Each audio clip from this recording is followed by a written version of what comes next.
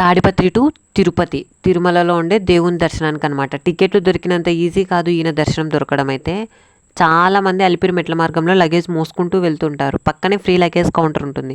అక్కడ కన్నా మనం లగేజ్ ఇచ్చామంటే మనకి పైకి ఫ్రీగా డెలివరీ అవుతుంది. మనకి చేంజ్ కావాలన్నా ఇక్కడ అవైలబుల్ ఉంటుందన్నమాట. ఇది అలిపిరి మెట్ల మార్గం. ఇలా వెళ్ళేటప్పుడు మీలో ఎంతమంది గమనించారు హోల్స్లలో చెప్పులు పెట్టడం అనేది? గమనించిన వాళ్ళు కామెంట్ చేయండి. మనం గన పసుపు కుంకుమ మెట్లకు పెట్టుకుంటూ వెళ్ళాలనుకుంటే ఇంటి దగ్గర నుంచే ఎక్కువ క్వాంటిటీలో అనేది తెచ్చుకోండి. ఎందుకంటే ఇక్కడ దొరికేదైతే ఒరిజినల్ పసుపు కుంకుమ కాదు, బియ్యం పిండిలో కలర్స్ కలిపి ఇస్తారన్నమాట. మధ్యలో మనకు అయిపోతే మొక్కు పెండింగ్ ఉంటుంది కాబట్టి కంపల్సరీ తీసుకోవాల్సిందే. మనం ఏం మాట్లాడలేం.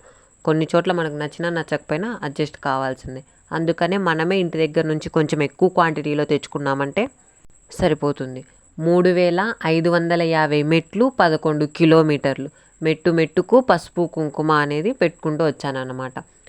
ఫైనల్గా కంప్లీట్ చేశాను.